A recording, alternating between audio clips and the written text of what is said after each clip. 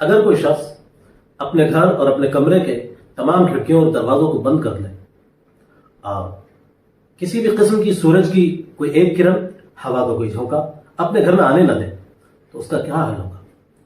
ظاہر ہے کہ اس شخص کا گھر پولوشن کا مرکز بن جائے گا اور ایسا شخص بیمار ہو کر رہ جائے گا بہت جلد۔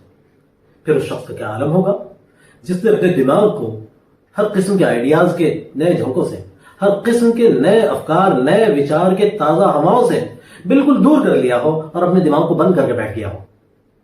ظاہر ہے کہ ایسا شخص آئیڈیالوجیکل پولوشن کا شکار ہو جائے گا، یعنی ایسا شخص کے اندر فکری گندگی ہوگی، ویچارک پولوشن ہو جائے گا اس کے دماغ میں، اور اس کا دماغ کبھی اس قابل نہیں رہے گا کہ وہ باتوں میں صحیح فیصلہ کر سکے، صحیح نتیجے پر پہنچ سکے۔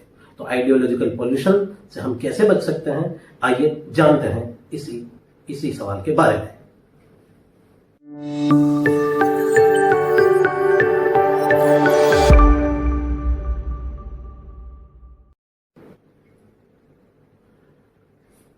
بسم اللہ الرحمن الرحیم۔ قرآن کی ایک آیت میں ارشاد ہے، قالوا قلوبنا غلف۔ وہ یہود جنہوں نے سچائیوں کو ماننے سے انکار کر دیا تھا، خدا کے قانونوں کو تسلیم کرنے سے منع کر دیا تھا، انہوں نے کہا ہمارے تو دل بند ہیں، ہمارے دل بند ہیں۔ انہوں نے کہا کہ چونکہ ہمارے دل بند ہیں اس لیے ان دلوں میں کوئی نئے آئیڈیاز، کوئی نئی سچائی، کوئی نئے خیال، اس کی گنجائش بچی ہی نہیں ہے۔ اس لیے محمد رسول اللہ میں مانتا ہوں، وہ نہیں مانتے تھے۔ اے محمد، آپ ہمیں کیا سنانے کی کوشش کر رہے ہیں؟ آپ ہمیں کیا نئے آئیڈیاز دینے کی کوشش کر رہے ہیں؟ یہ سب بند کیجئے، ہم آپ کی سننے والے نہیں ہیں، ہم آپ کی ماننے والے نہیں ہیں۔ قرآن کی ان آیت میں ان لوگوں کی روش اور ان لوگوں کا رویہ بتایا گیا ہے جو سچائی کا انکار کر دیتے ہیں۔ ایسے لوگوں کا رویہ ہٹ دھرمی کا رویہ ہوتا ہے، ضد کا رویہ ہوتا ہے، تکبر اور سرکشی کا رویہ ہوتا ہے۔ ایسے لوگ ضد، سرکشی، حسد، جلن یا اپنے بڑائی، اہم اور تکبر کی وجہ سے سچائی کو تسلیم نہیں کرتے۔ وہ اس بات پر بالکل آمادہ نہیں ہوتے کہ ان کے سامنے نئے نظریات پیش کیے جائیں، نئے خیالات پیش کیے جائیں، نئے عقائد، نئے دکھائی دینے والے عقیدے ان کے سامنے پیش کیے جائیں۔ وہ اپنے دماغوں کو ہر طرح کے نئے آئیڈیاز سے، اپنے دماغوں کو ہر طرح کی نئی چیزوں سے بالکل بند کر لیتے ہیں، ڈانٹ لگا کر رکھتے ہیں اپنے دماغوں پر، جس کی وجہ سے وہ نئی چیزوں پر غور کرنے کے لیے آمادہ نہیں ہوتے۔ ان کے اندر یہ صلاحیتیں ختم ہو جاتی ہیں کہ کوئی نئی بات ان کے سامنے آئے اور وہ خالص دلیل کی بنیاد پر، خالص آرگیومنٹ اور ترک کی بنیاد پر وہ اس کے صحیح یا غلط ہونے کا فیصلہ کر سکیں۔ ایسے لوگ یہ کرتے ہیں ہمیشہ کہ وہ ریزرویشنز کا شکار ہو جاتے ہیں، تحفظات کا شکار ہو جاتے ہیں۔ ایسے لوگ ہمیشہ پہلے سے طے کر کے بیٹھ جاتے ہیں کہ یہ تو غلط ہے تو ماننا ہی نہیں ہے، یہ چیز غلط ہے، یہ ماننا نہیں ہے، یہ چیز غیروں کے یہاں سے آئی ہے، یہ چیز تو ان کی ہے، ادرس، دوسرے لوگوں کا یہ نظریہ ہے، یہ ہمارا نظریہ نہیں ہے، یہ دوسرے لوگوں کے عقیدے ہیں، یہ ہمارے عقیدے نہیں ہیں، یہ دوسرے لوگوں کے خیالات ہیں، یہ ہمارے خیالات نہیں ہیں، اس لیے ہمیں ان خیالات کو نہیں ماننا ہے، ان کے خیالات کے پاس بھی نہیں جانا، آس پاس بھی نہیں کرنا ہے۔ تو ایسے لوگ ایسے نئے خیالات پر وچار نہیں کر پاتے، نئے آئیڈیاز پر غور نہیں کر پاتے۔ اور جو لوگ نئے آئیڈیاز پر غور نہیں کر پاتے ان کے سامنے جب سچائی آتی ہے، کیونکہ سچائی کسی آئیڈیا کی شکل میں آتی ہے، اور ظاہر ہے کہ جب کسی آئیڈیا کی شکل میں سچائی آتی ہے تو ظاہر سی بات ہے کہ وہ دوسرے آدمی کو، وہ اس آدمی کو نئی لگ رہی ہوتی ہے۔ نئی کیسے لگ رہی ہوتی ہے؟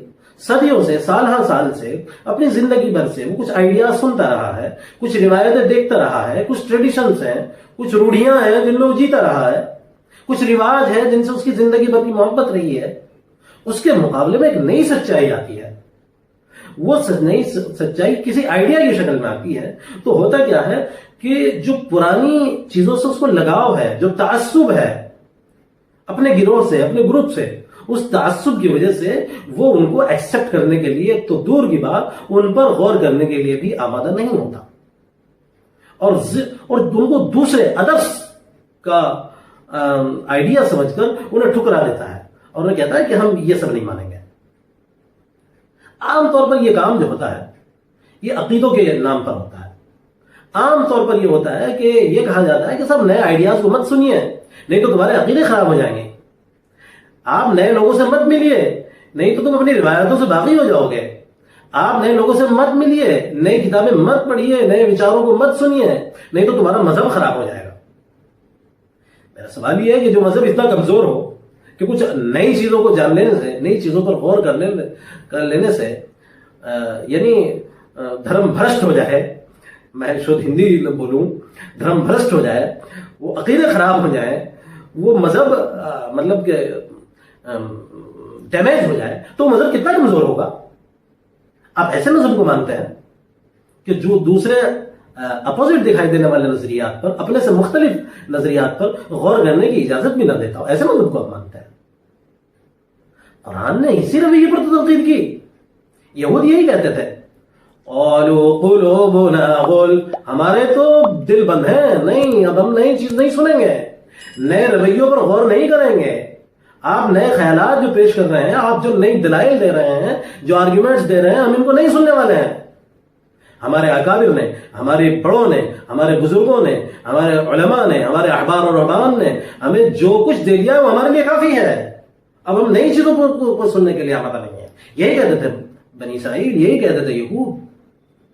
تو جو لوگ اس رویے پر چلتے ہیں وہ گویا کہ بنی اسرائیل کے اس رویے کو فالو کر رہے ہوتے ہیں, وہ سنت یہود پر عمل کر رہے ہوتے ہیں. نئے نظریات پر, نئے عقائد, نئے دلائل کو سننے کے لیے آمادہ نہ ہونا, یہ دراصل بنی اسرائیل کی سنت ہے, یہ محمد رسول اللہ کی سنت نہیں ہے. یہی وجہ ہے کہ قرآن نے کہا ایسے لوگوں کے بارے میں, ان الذین کفروا سواء علیہم انذرتهم ام لم تنذرهم لا یؤمنون. جن لوگوں نے سچائی کو تسلیم کرنے سے انکار کر دیا, جو لوگ خدا کے قانونوں اور دلیلوں کے سامنے جھکنے سے منکر ہو گئے, برابر ہے کہ آپ انہیں اویئر کریں نہ کریں, آگاہ کریں نہ کریں, برابر ہے, وہ ہرگز ماننے والے نہیں ہیں. ختم اللہ علی قلوبہم وعلی سمعہم وعلی ابصارہم غشاوہ. ایسے لوگوں کے دلوں پر اللہ نے مہر لگا دی, اور ایسے لوگوں کے کانوں پر بھی مہر لگ گئی.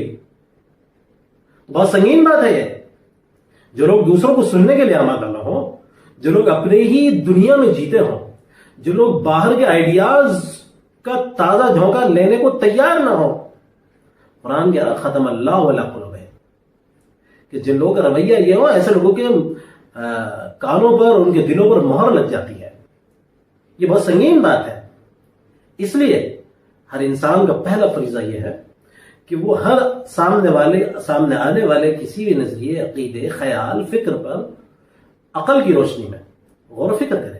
اللہ نے اپنی کتاب اتار دی, اس کتاب کی روشنی میں اپنی عقل کو استعمال کرے, اور دیکھے عقل کی روشنی میں کتاب اللہ کا استعمال کرے, اور کتاب اللہ کی روشنی میں اپنی عقل کو استعمال کرتے ہوئے فیصلہ کرے کہ یہ بات صحیح ہے یا غلط. ان میں سے جو بات صحیح ہو, دلیل کی بنیاد پر, آرگیومنٹ اور ترک کی بنیاد پر, ڈیٹا اور ریسرچ کی بنیاد پر, فیکٹس اور فگرز کی بنیاد پر ان کو تسلیم کریں, اور جو چیز اس معیار پر پوری نہ اترتی اسے ریجیکٹ کر دیں, اسے چھوڑ دیں. یہ ہے صحیح طریقہ. یہ کوئی صحیح طریقہ نہیں ہے کہ آپ صدیوں پرانے خیالات سے, عقیدوں سے, اپنے وچاروں سے, اپنی روایتوں سے چمٹے رہیں. اس کا نتیجہ یہ ہوتا ہے اس رویے کا, جب آدمی صدیوں سے ایک ہی چیز سے چمٹا رہتا ہے, کہ اس کے سامنے نئے آئیڈیاز کے دروازے نہیں کھلتے. اور جن لوگوں کے سامنے نئے آئیڈیاز کے دروازے نہیں کھلتے, ان کے سامنے زندگی کے نئے راستے نہیں کھلتے. اور جن لوگوں کے سامنے زندگی کے نئے راستے نہ کھل سکیں, ایسے لوگ زندگی کی دوڑ میں ہمیشہ پیچھے رہ جاتا ہے. جو قومیں ایسی روش اختیار کرتی ہیں وہ زندگی کی دوڑ میں ہمیشہ پیچھے رہتی ہیں.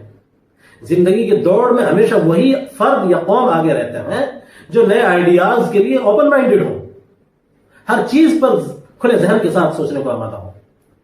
تو اگر آپ علمی اور فکری لحاظ سے اس زندگی میں ترقی چاہتے ہیں اور آخرت میں ایک بڑی کامیابی چاہتے ہیں, تو آپ کے لیے ضروری ہے کہ آپ اپنے دماغ کو بالکل کھلا رکھیں, ہر طرح کی باتوں پر سوچیں, وچار کریں. سامنے والے آنے والی بات صحیح بھی ہو سکتی ہے اور غلط بھی ہو سکتی ہے. اسی طرح جس بات کو آپ پہلے سے مانتے آ رہے ہیں وہ بھی صحیح بھی ہو سکتی ہے اور غلط بھی ہو سکتی ہے. تو سامنے والی آنے والی بات کو بھی, اور پہلے سے جس بات کو آپ مانتے آ رہے ہیں اس بات کو بھی آپ عقل کی روشنی میں کتاب اللہ کی روشنی میں عقل کا استعمال کرتے ہوئے اسے جانچیں کہ وہ صحیح ہے یا غلط.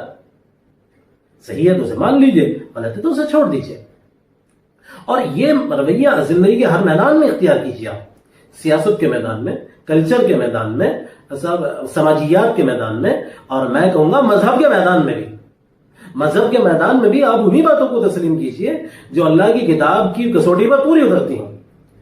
جو عقیدے, جو خیال, جو فکر وہ کتاب اللہ سے ٹکرائے, کتاب اللہ کی میزان پر برا نہ اترے, اسے اٹھا کر پھینک دیجیے. چاہے آپ اسے 500 برس سے کیوں نہ مانتے آ رہے ہوں, چاہے آپ کی اس پچھلی نسلیں ان پر یقین کیوں نہ رکھتی ہوں, ہرگز آپ اسے تسلیم مت کریے. یہی ہے صحیح طریقہ. اسی طریقے کو آپ علم کی ہر میدان میں اختیار کیجیے. سیاست میں بھی یہی کیجیے, سائنس میں بھی یہی کیجیے. اسی لیے میں یہ بات بار بار کہتا ہوں لوگوں سے کہ نئی نئی چیزیں سیکھنے کے لیے باہر نکلیے. آپ کنویں کا مینڈک کب تک بنیں گے؟ اسی لیے میں بار بار اس بات کا قائل ہوں, لوگوں سے یہ بات بار بار کہتا ہوں, نئی کتابیں پڑھیے, نئے نئے لوگوں سے ملیے, نئے نئے خیالات سے واقفیت حاصل کیجیے, نئی نئی جگہ کا سفر کیجیے.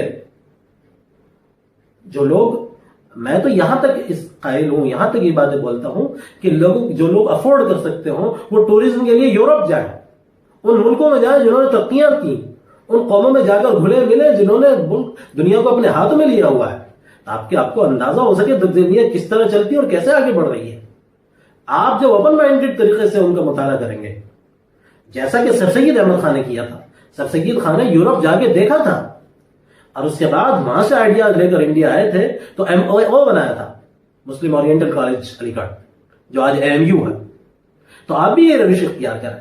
میں تو یہاں تک کہتا ہوں کہ آپ یورپ جائیں, وہاں سے نئے آئیڈیاز لے کر آئیں, اور ان میں جو صالح ہوں اسے آپ, میں یہ نہیں کہتا امیٹیٹ کریں, میں نہیں کہتا اسے آپ اندھے طور پر فالو کریں, بلائنڈ ہو کر مان لیں, بلکہ اپنے حالات, اپنے نظریات, اپنے مزاج اور اپنی تمام چیزوں کو دیکھ کر, سامنے رکھ کر اس کو اپنے مطابق ڈھالیں اور اپنے ملک میں اور اپنی قوم میں اس کو آگے بڑھائیں اپنے حالات کے مطابق, اندھے ہو کر نہیں.